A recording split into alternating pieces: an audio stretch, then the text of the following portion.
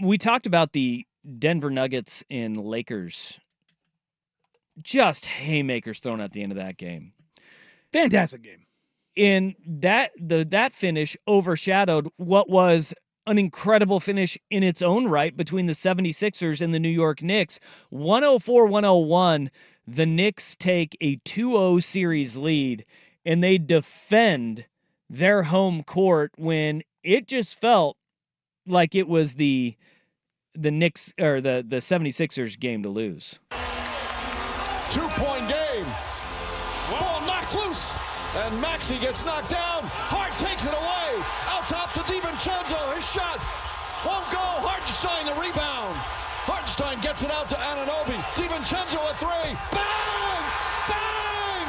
Knicks take a 1-point lead with 13 seconds remaining. What a game. That's Mike Breen on MSG. Do you know that's only his 6th double bang of all time? Where he goes bang, bang. Wow. Somebody's counting that on Twitter. That tracks. Also, not surprised that he did it in New York. Yeah, it's on MSG Network. Yeah. Like it's for the home team. Got to support the hometown team. That game was bonkers from start to finish because, again, very similar to the Lakers, right? With you get Embiid going for 34 points, 10 rebounds, 6 assists. Tyrese Maxey goes for 35, 9, and 10. You had flu game. Nick Batum, again, coming off the bench, didn't fill it up, but came up with timely shots in timely possessions where hit a go-ahead 3 late in the game for them. It was one of those games where you're like, Philly, like you have to play your best game on the road to win. It felt like they gave them the shot that New York was going to fall down to, but the Knicks and Isaiah Hartenstein end up coming up huge in the final moments of that game, and they take a 2-0 series lead. And a solid shanking. Look, again, solid shanking. No dog in the fight. Maxey got fouled. He got absolutely mugged by Jalen Brunson on the inbound, and then he got knocked over. You even heard Breen say it. Maxey gets knocked down. It's like, yeah. I mean, there's like the still shots of it where you can see his jersey being pulled. Oh, he's bear hugged by Brunson. And like his jersey's being pulled. Like you could see like in football, you're like, see the jersey, that's a hold. Yeah. That's a foul. And that's what causes the delay and the kind of the bobble on the inbounds. It starts the whole thing. But this wasn't just boiled down to fouls, not that foul, those fouls, plural, or the fact that Hartenstein gets the rebound and kicks it out to DiVincenzo. You get the Brunson bounce going in. But it was quite literally, this was with 47 seconds to go in the game, and the Knicks had a 101-96 lead. You'd love to, but the goal is not having home court advantage to getting home court advantage by winning one of the 2 games on the road. Job done. Let's head down to the Turnpike. Lowry splits him. Stay tuned. Post-game live is going to be fun. Brunson pushing off. No whistle. Hold on, everybody. That's the 76ers broadcast. Wow. That was with 47 seconds to go, leading 101-96. It's a 5-point game. They said, we're going down the Turnpike. It's going to be a fun post-game. What? It's a 5-point game, not a 15-point game. That's kind of the thing, though, is that you saw Philly let their foot off the gas, and they opened the door for New York to win. And we criticized Doc Rivers for these inexplicable losses, right? But back-to-back games, Nick Nurse has had head-scratching moments. Like refusing to foul. Yeah, and then down 5. Not calling a timeout when Lowry failed to get the ball in quickly. Just call a time. And again, it's a Monday morning quarterbacking for sure. But I think you look at this, it took the end result is that the Knicks are up 2-0, but it took everything. And I mean everything.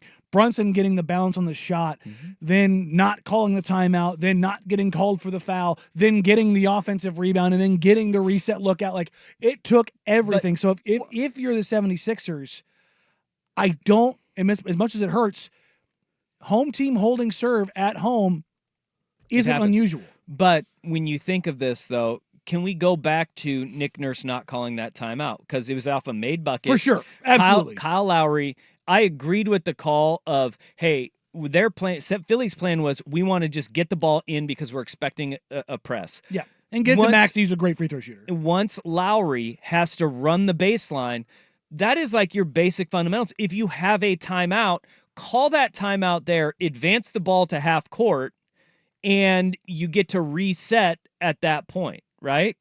Instead, Nurse allows Lowry to inbound the ball and into traffic where there's two guys waiting there. One of them, Josh Hart. Josh Hart having a hell of a series so far.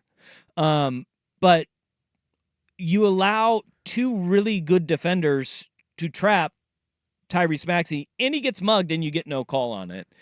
And at that point, I heard Nick Nurse after the game saying, I was trying to call a timeout. I was looking at the official, and he just looked right at me and kept on running by. Not the first time I've seen. Look, there's with the Trailblazers this year when the Trailblazers did get screwed over by the Oklahoma City in the Oklahoma City game by the officials. That was both Malcolm Brogdon and Chauncey Billups unquestionably calling for a timeout. And Nurse was calling it maybe a little late, but Kyle Lowry was on the floor, like he jumped at him, and he was hesitantly. Timeout. Regardless, they didn't get it. But you seem like you're more on the side of Joel Embiid after the game. We should be 2-0, so we good. We gonna win this series. We gonna win this. We know what we gotta fix. We did a better job today, so we gonna fix it. But we're the better team, and we gonna keep fighting. Boy, laying him on the table right there, Joel Embiid.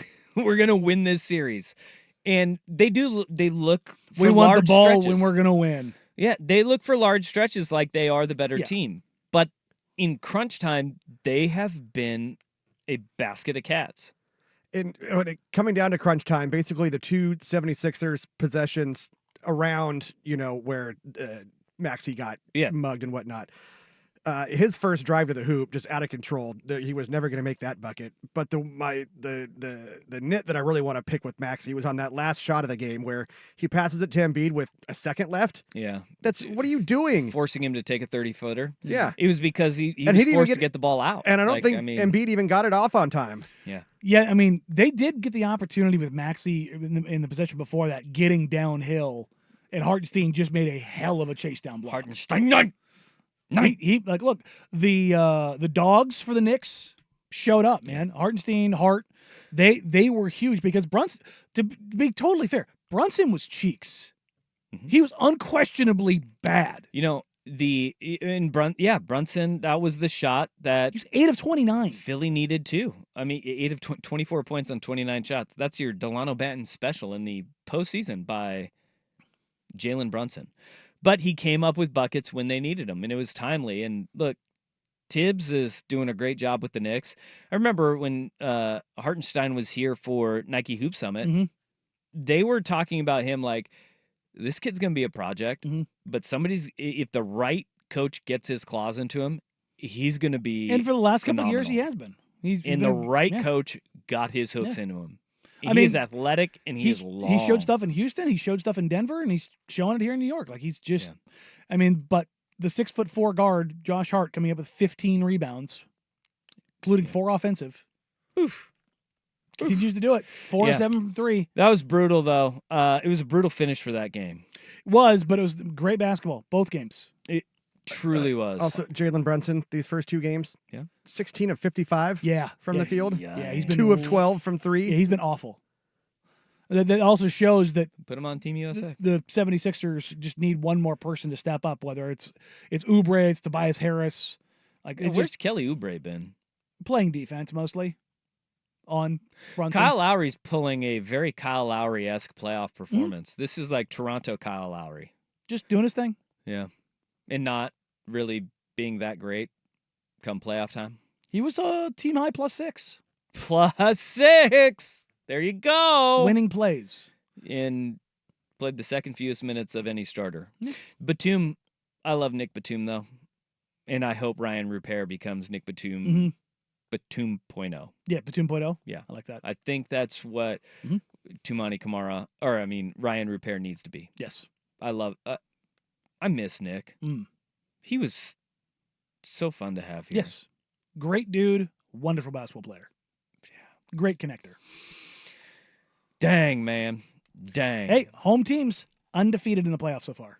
Still. Will tonight be the night? My gosh. We'll take When's a the first time that has happened? This far in, I'd have to do the research. But it's been a while because it's 2013 since all home teams went undefeated on the first night alone. Whoa, so I'm sure you got to go back further for night 2, night 3. Whoa. So they're 11-0. Home teams are 11-0 right now. Yeah.